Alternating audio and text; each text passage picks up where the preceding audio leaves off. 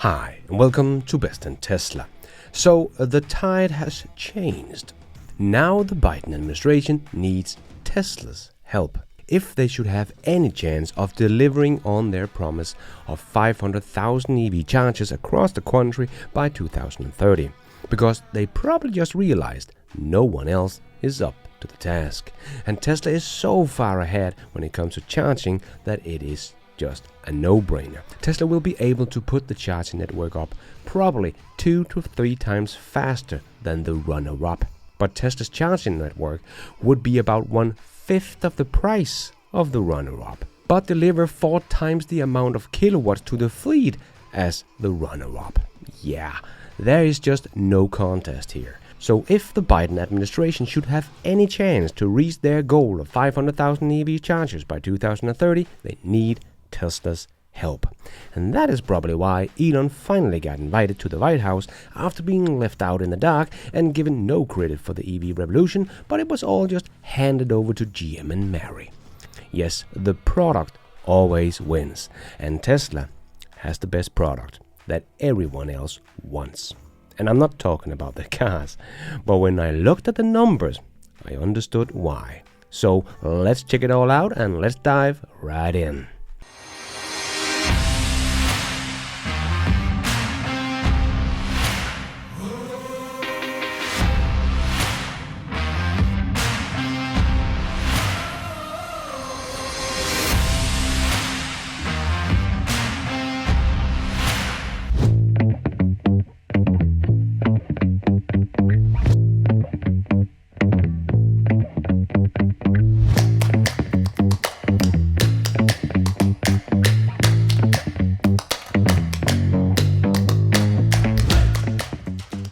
So the Biden administration has been disrespectful to Musk and Tesla by not inviting them to the government event related to EVs, which did not make any sense, and also by refusing to giving Tesla credit for the distribution of EVs in the United States and in the world, or even refusing to say their name. I don't think you will find a person on the planet today that don't give the credit to Tesla that single-handedly had forced the whole industry to go electric. But instead, Joe Biden gave all the credit to GM and Mary Barra. You led, and it matters. That would never have made an EV if it wasn't for Tesla. But now the time has changed, because now the EV and battery tax incentives are up and running in the US, earning Tesla billions, and it is now time for the US government to make good on their promise of building 500,000 EV stalls around the country by 2030. But when they turned to GM and Ford, well, they had nothing, because they did not want to help Tesla back in the days to build out the charging network. So sure, they have built a few EVs now, but where are their chargers for the F-150 Lightning? Yes, exactly, like Sandy Monroe just said, he loves the F-150 Lightning, but when it comes to charging, it sucks just like every other non-Tesla EV. So now the government has turned to Tesla and Elon Musk for help, because they have probably just tried the Dieselgate scandal, founded the company, the Electrify America, and found out that they are not up to the task. Because when it comes to building these things at scale, Tesla is much more than just a no-brainer. The government will simply not make it if they don't get Tesla's help, in my opinion. So firstly, if Tesla opened up their already existing charging network in the US, well, that would bring the open charging network in the US up by quite the margin. So of course the Biden administration would like that as well, and Tesla will do it, with or without the government involvement, as we have seen they are already doing today in 14 different European countries and in Australia. So starting earning Tesla money on all the competition charging at their stalls. And many think, well, the US government is going to force Tesla, because if they don't, they're going to be left out of the $7.5 billion subsidy. Well, that's peanuts for Tesla, and the charging network itself will earn them a lot more than that. And some even think that it's bad that Tesla have not opened up their charging network. Are you kidding me? Tesla built out this charging network when they were burning through cash, and no one, and let me repeat that, no one wanted to help out, because Elon has been very open about this from the beginning, that he would like to open it up to other OEMs, but they of course had to pay some of the expenses of building the charging network, as it is not cheap, as I'm also going to show you, but no one wanted to help. Now that the EVs have taken off and GM and Ford and everyone else stands there with their nice EVs that does not have a designated charging network to it, well, now they want in. But they still don't want to pay for it. But just like the US government forced Tesla to open it up, because like Marcus Brown just said in his video, EV's biggest problems are the charging network. But that only goes for non-Tesla cars, because Tesla invested in it when nobody else would. They should be left out in the dark because of their bad behavior, but Tesla and Elon Musk is not like that. But if you think the government could just use Electrify America instead and give them all the $7.5 billion and help them build out the whole network, yeah, good luck with that. That would be a drop in the ocean for what Electrify America would need. And we would all be dead by the time they would build it. Not because of the climate crisis. It would just take so long that we would all be dead of old age. Because remember, the Texas program, which gave grants to install fast EV chargers as long as they supported non-Tesla cars, got applications by Tesla back in April 2022.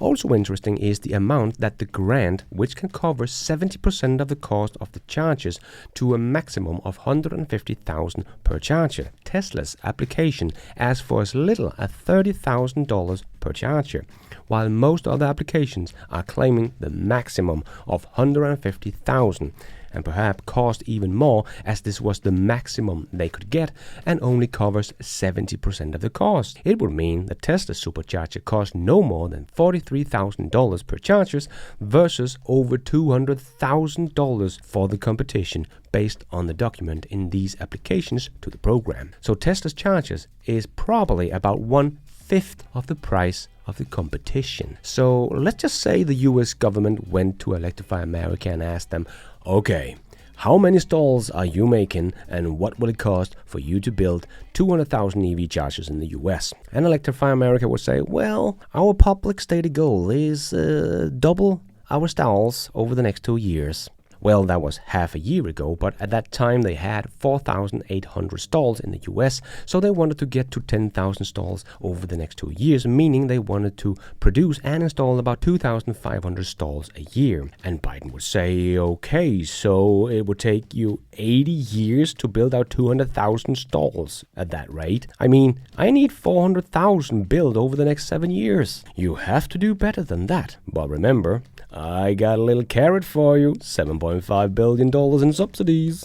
How much would it cost you to build those 200,000 units? Well, it would cost at least $200,000 each. What? That is $40 billion. Yes, sir. You were not kidding when you said a little carrot, were you? Well, you need to build more factories, please.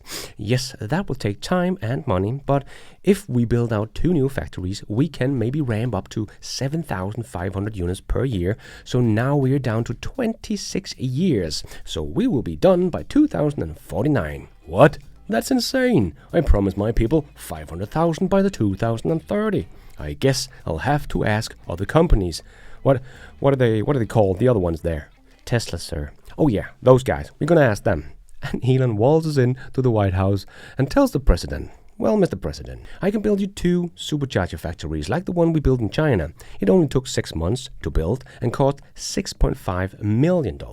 Yes, million, not billions or anything. And it can produce 10,000 stalls per year per factory. So by 2024, I can have 2 factories up and running and spitting out 20,000 stalls a year. So by 2034, Tesla, with those 2 factories alone, could have spit out 200,000 stalls. And the cost of producing those 200,000 stalls would be only $8.6 billion. So you can build 200,000 units, about 2 to 3 times faster, for about 1/5 of the price. Yes, and not only that, remember, Tesla chargers have about 99.96% uptime. So when Tesla built 200,000 chargers, you can expect about 199,920 always working. If you paid Electrify America 5 times as much to build out 200,000, well, remember the study down in California about the uptime of EV chargers? Well, that was 72%. So about 28% downtime. So of those 200,000 stalls they have installed, you should only expect about 144,000 actually up and running. And remember, Tesla can build their new 1,000 kilowatt chargers and nothing else, and really future-proof with the whole system. Well, Electrify America's max charging speed is 350 kilowatts, so the amount of juice you are going to be able to deliver to the fleet is just worlds apart. Remember when Tesla raised their speed from 120 to 250, the average wait time went down 25%, just because of the speed, not more stalls. So to increase the charging speed with this much would mean a world of difference when we actually start making cars that be able to take it. But we have seen cars in China already being able to take upwards to 500 kilowatts. So in theory, Electrify America built 200,000 chargers for $40 billion, but only about 144,000 of them is always up and running with a max capacity of 350 kilowatts. And Tesla built 200,000 for $8.6 billion and have almost 200,000 up and running at all time with a max capacity of 1,000 kilowatts of peak charging. So Electrify America would be able to deliver about 50 million kilowatt at one time. This will, of course, never happen, but just to illustrate the amount the two different charging networks would actually be able to deliver, where Tesla's almost 200,000 units with a maximum of 1,000 kilowatt would be able to deliver about 200 million kilowatts of peak charging. So about 4 times more output than Electrify America that has just spent 5 times the amount to build it. So as you can see, it makes absolutely no sense to even try to get Electrify America to do it. They are simply just not up to the task. And they are unfortunately some of the leading ones in the US. But Tesla is up to the task and is the only one that can really do this at scale that matters and for a reasonable price. And will sit on much of the fueling industry when we in 10 years' times are all EVs. And then what do you think Tesla would earn on a system like this? Yes, it's going to be absolutely crazy. So Tesla will open up their charging network, but of course are waiting to hear what the government has to offer. Yes, Tesla did loan money from the US government back in the days, but that was only $40 million paid back early with interest. So the US taxpayers actually earned money on that loan, unlike bailing out GM, which has cost the US taxpayer about $11 billion that they will never get back again. But now the government is desperately in need of Tesla if they need to keep their promise of 500,000 units in 2030, up from the 100,000 units available today in the US. But we all know that a charger is not just a charger. A 50 kilowatt charger is pretty much useless today, very outdated, unless it is at a gym or a mall or a place where people would have a bit of time. And it of course has to work, and people need to be able to figure out how to use them. And Tesla is doing exactly that with the version 4 Supercharger with the Magic Dock, making it possible for everyone to use their chargers. As the US government doesn't want to use the best charging standard, but the one the others have settled for. But don't worry, Tesla will fix it with their Magic Dock. So they have the solution, the only solution, as no one else even comes close to be able to pull this off in time and for a decent price. But Tesla can't, of course, do it all by themselves to get to the 500,000. The Biden administration need everyone to build as many as possible as fast as possible. But they will never get there without Tesla. But we all know everyone is going to want to go to the Tesla chargers anyway. Simple to use, always works, and here in Denmark anyway, much cheaper than everyone else. Yeah, Tesla is going to rule the charging infrastructure. Here, there is no competition. And Tesla will solve the other EVs' biggest problem. You're welcome. And thank you for watching. And until next time, take care out there and be nice.